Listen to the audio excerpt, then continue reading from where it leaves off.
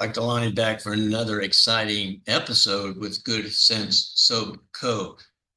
If you saw my prior videos, you saw the video where we created this Buc-ee's soap, which I really like, turned out good. Two problems with it though, if we were going to try to sell this to Buc-ee's for their stores. One is that it just takes a long time to produce a soap bar. It's a two-pour soap, and so it takes a while to produce even one.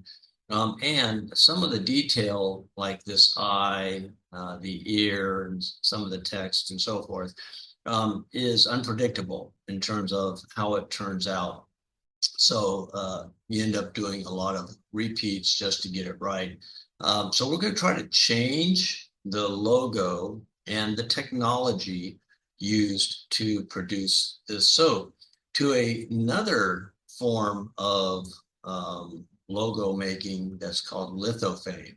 Now, lithophane, if you've heard that term, is reproducing a photo into a 3D model such that you can shine a light through the model and it looks like the photo. Is pretty cool technology, but we're going to try to apply something like that to create a logo soap that only requires a single pour and therefore can be made more predictably and quicker. So we're going to use Cura for that. And so let me go over to Cura and we'll see how that works. All right, so we're in Cura, and what we're going to do is we're going to load the JPEG directly into Cura. Previously, to create the other version of the Buc-ee soap, we loaded the JPEG into Inkscape, then from Inkscape to Tinkercad, and from Tinkercad into Cura. For this, we're going to go straight into Cura. And so we're going to go and open up the Buc-ee's logo.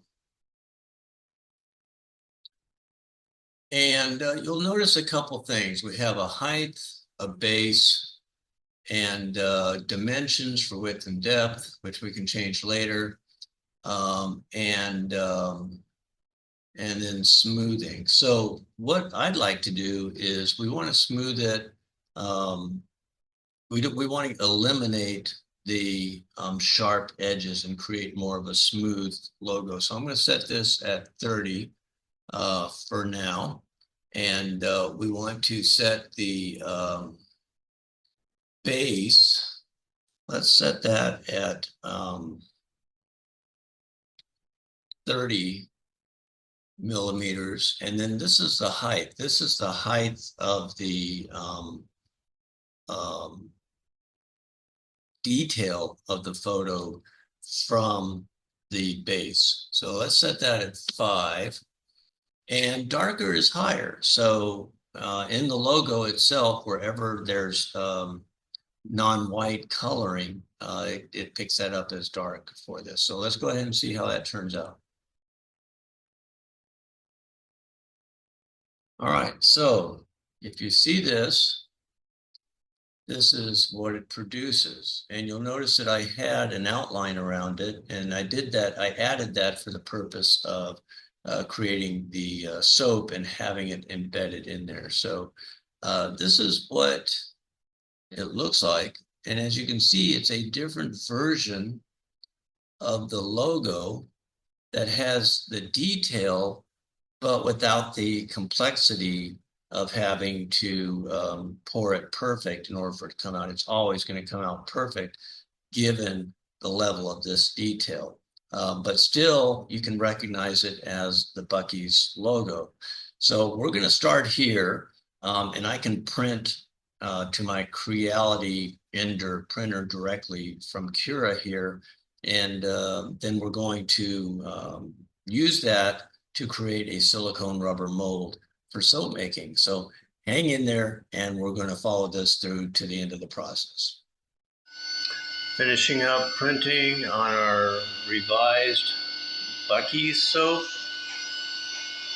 with the lithophane type impression with rounded edges. I use super slow printing and more top layers to make it smooth. And look how smooth that is. That turned out really good. So we're going to let this finish up, and then we're going to make a box so that we can pour the silicone rubber in and mold it and see how it turns out as a soap. Stay tuned. All right, and here is the finished product. Look how smooth that is. It turned out really good. So we're going to use this to make a soap mold, but I think it's going to also be good enough to maybe paint and keep as a little keepsake for a shelf. So let's go through a little bit about how we got to this point and how this was made. Okay, maybe my best 3D print yet, using the Buc-ees logo. Let's talk about how we got to this point.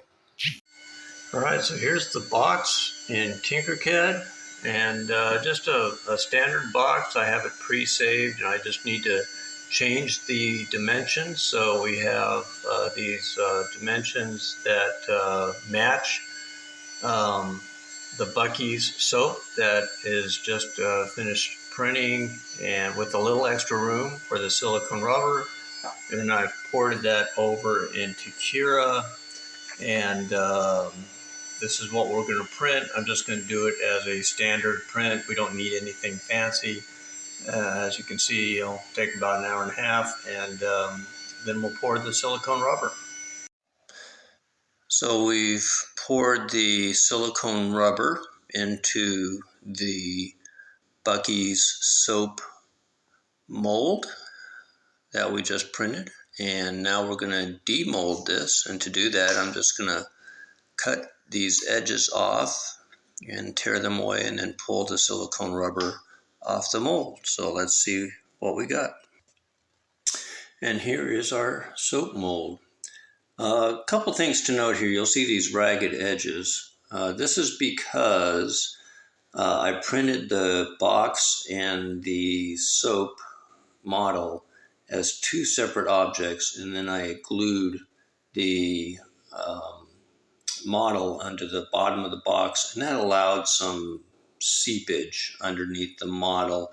Typically, when I do this, I print the model in the box so that they're one object, and I don't get that. It won't affect the pour, but it's just a little messier. The other thing is that because I printed the model upright to get a cleaner print, I would have to use supports in the 3D model in order to support the gap between the soap and the box, printing it upright like that versus laying flat. So I didn't want to deal with the supports, and that's why I printed them as two different objects and then glued them together. So just something that you learn, but I think it resulted in a better soap model by not combining it with the box. So that was why we did that. So let's go ahead and melt some soap and pour it in and see what we get. So we're back in the soap lab, aka my garage, and we have the new Buc-ees silicone soap mold, and I've melted some discard soap, and I like to use this and not waste new soap. Helps keep the cost down using discards from past work, and so we're just going to use that, and we're going to pour that into the mold. I like to keep it nice and hot when it's a single pour or for an initial pour like that, and so go ahead and fill that. That's got some coffee grinds in it. And if you saw my earlier video on making soap with coffee, you can see that. Now, one thing I will point out is that when I made the box for the silicone mold, I didn't make these edges quite thick enough so they will tend to bow on a pour like this. So I'm okay with that for this, but for the final product, I'll want to make a soap mold with thicker walls to give it more stability. So we're going to put some isopropyl on that and let it cool, and we'll see what we get. Hang tight. So I demolded the Buc-ee soap, and if you saw my coffee soap making video, you'll note that I said to make sure that the soap is cool to help those grounds float in the soap, and I did not do that. So that is not what we're looking for. So what I did is I redid the soap without the coffee grounds, and here's what I got. So much nicer. This is actually pretty cool. I think I'd like more of the color. I did a orange, red, and yellow color, and I'd actually like more of that orange and some of the red to be in the front instead of so much yellow. So we're going to play with it some more, but I think that turned out really nice, and I think I can do a one pour soap using this type of model. Probably not in this size, so I may reprint it. But I think that turned out pretty cool. What do you think? All right, one more attempt with the Buc-ee's soap mold, and for this, as I said before, I wanted to get a little more color to the front, and I think I did that successfully. I also put some red sparkle mica in there that floated to the bottom of the mold, which of course is the top of the soap. And I really think that looks pretty good.